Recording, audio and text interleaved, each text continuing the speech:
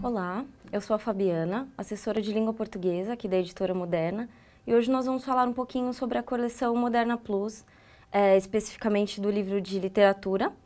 E a minha ideia é dar uma sugestão de como professores, coordenadores podem trabalhar com um tema desse livro, né? E de repente estender isso para um projeto. A nossa ideia é um pouco ampla, então talvez não dê para trabalhar em uma ou duas aulas. Talvez o interessante seja fazer um projeto de literatura que pode envolver outras disciplinas e outros professores também. Para essa oficina, nós utilizaremos a unidade 2, capítulo 7, tratando do tema do humanismo. Então, utilizando o nosso livro-texto, na primeira página que abre essa unidade, nós temos uma imagem, né, do Dante Alighieri, pintada pelo Di Michelino, tá? E com base nessa nossa oficina, uma mensagem que está no livro que remete bastante a esse período é a seguinte: entre os séculos XIV e XV, uma mudança significativa passa a ocorrer na Europa medieval. O ser humano começa a se libertar do poder centralizador da Igreja e a desenvolver uma nova mentalidade, em que cabem preocupações e prazeres mais humanos. Com base nisso, o aluno ele já consegue entender um pouco do que está acontecendo, por que o período mudou, né? O que está acontecendo nesse humanismo. Então, ele percebe que o ser humano ele começa a se ver um pouco mais e deixa um pouco de lado aquele poder centralizador da Igreja. Como o próprio nome já diz, período humanista, então é um período humano, se preocupa mais com o homem. Por meio dessa primeira imagem, é possível que o professor já comece a trabalhar essa ideia com o aluno. Como vocês estão acostumados com o nosso livro, logo abaixo dessa imagem inicial, vem os objetivos a serem alcançados, né? É importante para que o aluno possa verificar o que ele vai aprender ao longo desse capítulo. É um momento em que ele fala assim, depois que terminar esse capítulo, essa unidade, eu vou estar apto a isso, eu vou saber de determinado assunto. Então, logo após vem a leitura da imagem, é uma sessão muito interessante que nós temos, que vai trabalhar a questão da imagem mesmo. Ela está aí por um significado, então é explorado a imagem. Logo ao lado nós temos um box que vai falar um pouquinho sobre o autor da imagem, que vai explicar quem que ele foi na história. Logo após isso, nós temos da imagem para o texto. Então, nesse momento, o professor ele já vai partir um pouco para a questão da literatura mesmo, ele já não está tão centralizado na imagem, agora nós já vamos fazer uma transição para o texto. E desse da imagem para o texto, eu tenho uma frase que é bem que nós intencionamos trabalhar, que é a seguinte: a Divina Comédia de Dante Alighieri ilustra o olhar humanista para a religião e o desejo de compreender e explicar as coisas do mundo, da vida e da morte, que caracterizam a literatura do humanismo. Leia um trecho dessa obra. Então, vem um trecho, né, da Divina Comédia, para que o aluno possa entender quem é esse Dante Alighieri, o que ele fez, né? Está lá na imagem, então é importante explicar. Logo após isso, nas páginas seguintes, nós temos falando um pouquinho mais sobre Dante Alighieri, sobre o que foi a Divina Comédia. É importante para o aluno conseguir compreender, né, essa relação com o humanismo, a obra com o humanismo. Então, eu venho, essas primeiras páginas do nossa unidade, do nosso capítulo, vão falar um pouco da história do humanismo. Por que o humanismo ocorreu, o que estava acontecendo no mundo para que essa corrente se desenvolvesse. Então, vai explicar do surgimento da burguesia, sobre a cultura leiga, sobre o que foi o humanismo para o mundo, tá? Então, vai mostrar bastante essa questão da ascensão da burguesia, né? Que é bem importante, é o foco, né, desse movimento. E aí vai começar a explicar um pouco sobre o projeto literário da época, o que aconteceu nessa época, como que os autores trabalhavam, qual que era a visão deles para o mundo. E vai explicar o humanismo, né, o humanismo para o mundo, o que o humanismo intencionava, quais que eram as ideias. Partindo disso, o que nós podemos fazer? Nós temos um recurso que é o nosso portal Moderna Plus. E acho que como você já deve ter ouvido falar, o portal Moderna Plus ele não é simplesmente um suplemento para a nossa obra. Ele é algo que faz parte da obra, então ele está integrado à obra. No portal Moderna Plus, nós temos um vídeo nos temas animados, né, no conteúdo digital, que é exatamente sobre o humanismo. Esse vídeo ele explica desde a parte histórica até os principais autores desse movimento. Então, é interessante para o professor apresentar isso para a sala. Os alunos, eles gostam bastante de assistir alguma coisa que traga as imagens, que traga uma contextualização, né? Então, esse vídeo ele consegue explicar muito bem o que foi o humanismo. Essa animação ela detalha o contexto histórico que se desenvolveu o humanismo na Europa. destaca o papel desempenhado na Itália, as mudanças culturais, socioeconômicas da época. Depois são abordados os autores e as descritas as principais características do movimento. Posterior a isso, é interessante que o professor comece a entrar um pouco na questão do humanismo em Portugal, para mostrar qual que foi a relação, né, de Portugal com o Brasil, enfim. Então a gente já entra, vai já para as páginas 113 e 114 do livro, quando é apresentada a questão mesmo de Portugal, traz o Fernão Lopes, né, como um dos principais representantes, fala um pouco das poesias palacianas e, por último, a gente vai falar um pouco do Gil Vicente. Essa nossa oficina, ela tem um foco no Gil Vicente, né, que é uma obra muito discutida, uma obra solicitada em muitos vestibulares, né, que é o Alto da Barca do Inferno. Então, se tratando um pouco mais de Gil Vicente, o livro ele consegue dar conta de explicar quem foi o Gil Vicente, os tipos de autos que o Gil Vicente produziu, tá? Ele consegue mostrar qual que foi a crítica que o João Vicente intencionava fazer nas suas obras. E fala um pouquinho também do Alto da Barca do Inferno, que é uma das obras mais conhecidas, né, do autor. Então, esse é um trecho bastante interessante do professor discutir com os alunos, apresentar, solicitar a leitura, quando vai falar da questão das alegorias que o autor fazia, dos personagens. E ele também pode apresentar, como segue na sequência, na página 114 e página 115 do livro, os teatros que eram representados pelo Gil Vicente, o que era o Gil Vicente para a corte da época, né? A importância que ele tinha para isso é interessante também. Então, nós vamos entrar um pouquinho agora mesmo na questão da nossa oficina. Pensando nessa unidade, nesse capítulo, o professor ele pode trabalhar um projeto focado mesmo no humanismo, focado no Gil Vicente. A nossa ideia é que o professor apresente não só o Alto da Barca do Inferno, como está no livro, mas que ele também estenda isso um pouquinho e mostre um pouco também de outras obras do autor. E como sugestão, eu coloquei aqui o Alto da Alma, né, que é um outro alto do autor, que traz alguma semelhança com o Alto da Barca do Inferno. Então dá para o professor fazer uma relação.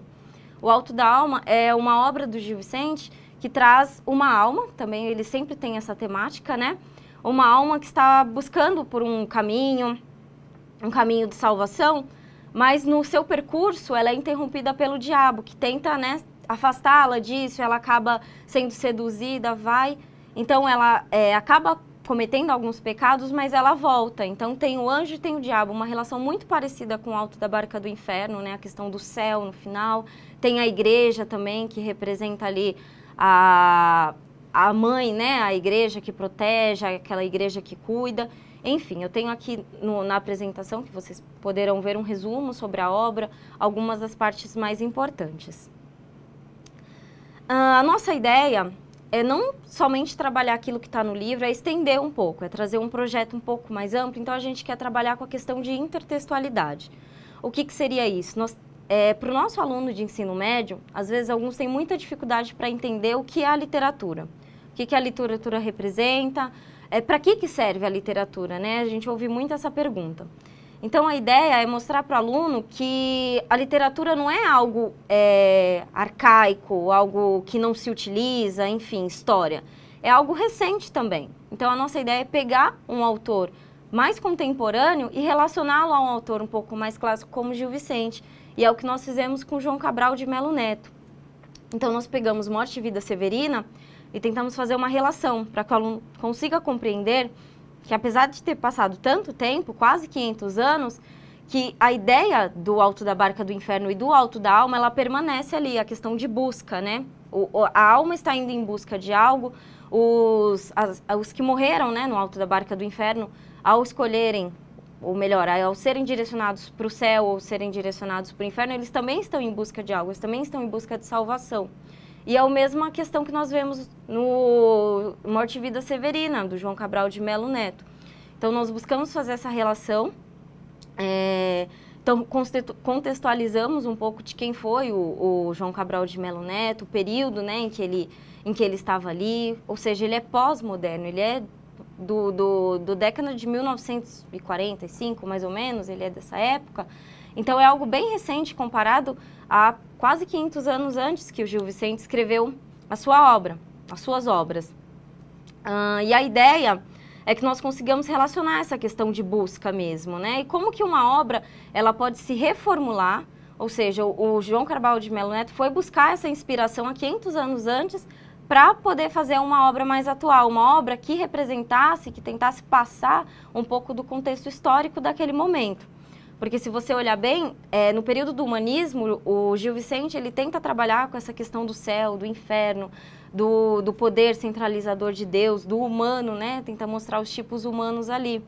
E o João Cabral de Melo Neto, ele tenta manter essa ideia de busca, né? O ser humano em busca de algo, mas ele reformula isso para a atualidade. Então ele mostra o nordestino, ele mostra aquele nordestino excluído, esquecido, aquele nordestino sofredor. É bem o contexto, né, daquele período, 1945, a gente via muito isso, esse contexto histórico, né, do nordestino que estava lá esquecido, enquanto o resto da população tinha, né, as suas prioridades e o nordestino ele continuava lá, muitas vezes sem água, sem comida, e isso não era muito lembrado pelo Estado. Então ele tenta passar isso para nós por meio da literatura, ele utiliza-se de um tema semelhante para trazer algo atual.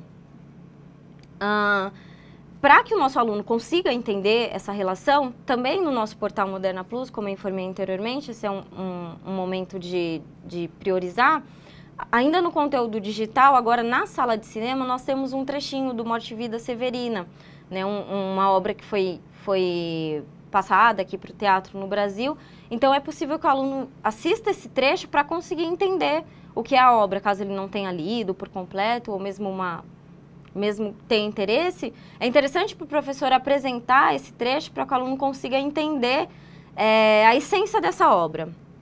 É bem o início que apresenta no portal, que é quando o Severino ele tenta se apresentar e ele busca ali algumas características que o diferem de outro e não consegue encontrar, porque eles são muito semelhantes, não só de nome, né, de tudo. Então é bem interessante esse trecho para apresentar para o aluno a essência dessa obra.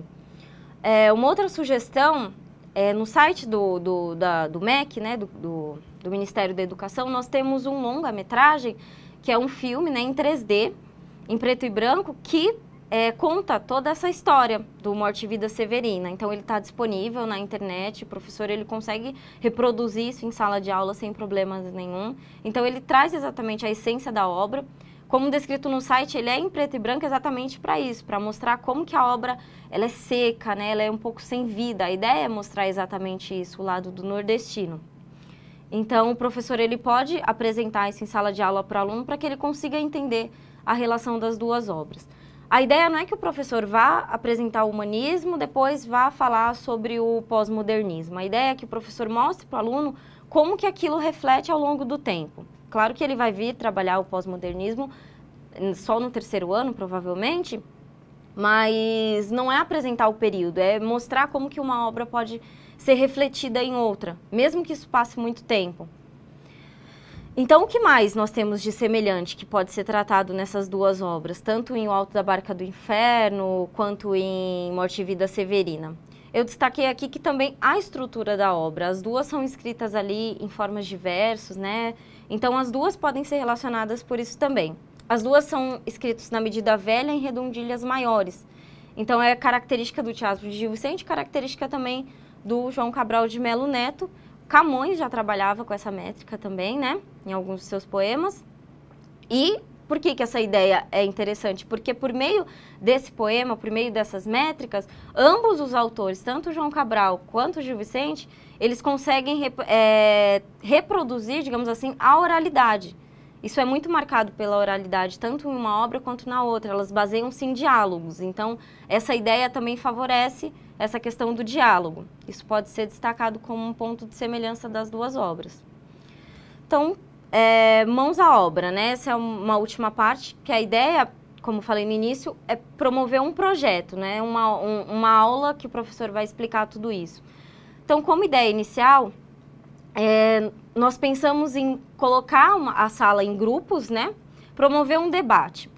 Pensando que tanto o Gil Vicente trabalha com um tema que na atualidade em que foi escrito era importante, que era a questão do Deus, do homem, como já foi falado, o João Cabral de Melo Neto também transpõe isso para o nordestino, que era importante para aquele período que ele foi escrito. E agora a gente tem que pensar em alguma coisa importante, alguma coisa do contexto histórico atual. Então a gente pode levantar a questão das redes sociais, que é algo que está super em alta. A gente pode levantar algum fato da mídia, né, que esteja em alta também. Enfim, os alunos eles vão ter inúmeras ideias de alguma coisa que está acontecendo na atualidade, alguma coisa que talvez mereça um destaque, que chame a atenção, né? Por meio desse tema que for levantado, o professor pode ir mediando, claro, é solicitado que os alunos individualmente, caso alguns prefiram, né, para produzir, às vezes alguns alunos preferem fazer suas produções individualmente, ou em grupos, em duplas, que eles possam tentar produzir algo literário, né, com um tom de literatura, em versos, em poesia, que consiga transpor esse tema. A ideia é bem interessante, pode ser exposto depois, o professor ele pode trabalhar com isso, interagindo também interdisciplinarmente com história, né, com a disciplina de história, com a disciplina de artes, caso os alunos tenham interesse em representar isso por meio de alguma imagem.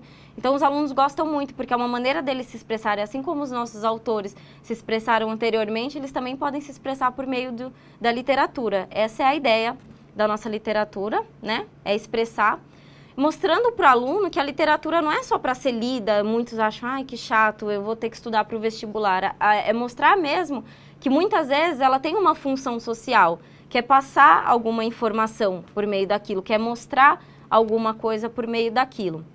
Essa é a nossa ideia, espero que vocês tenham gostado, que possam ampliar, né? Essa é só uma ideia inicial. E eu deixo para vocês os nossos contatos, nós somos assessores especialistas, temos um para cada disciplina, e caso vocês precisem de sugestões, precisem discutir algum tema, tenham dúvida quanto a alguma coisa, eu deixo os nossos e-mails, estamos à disposição. Obrigada.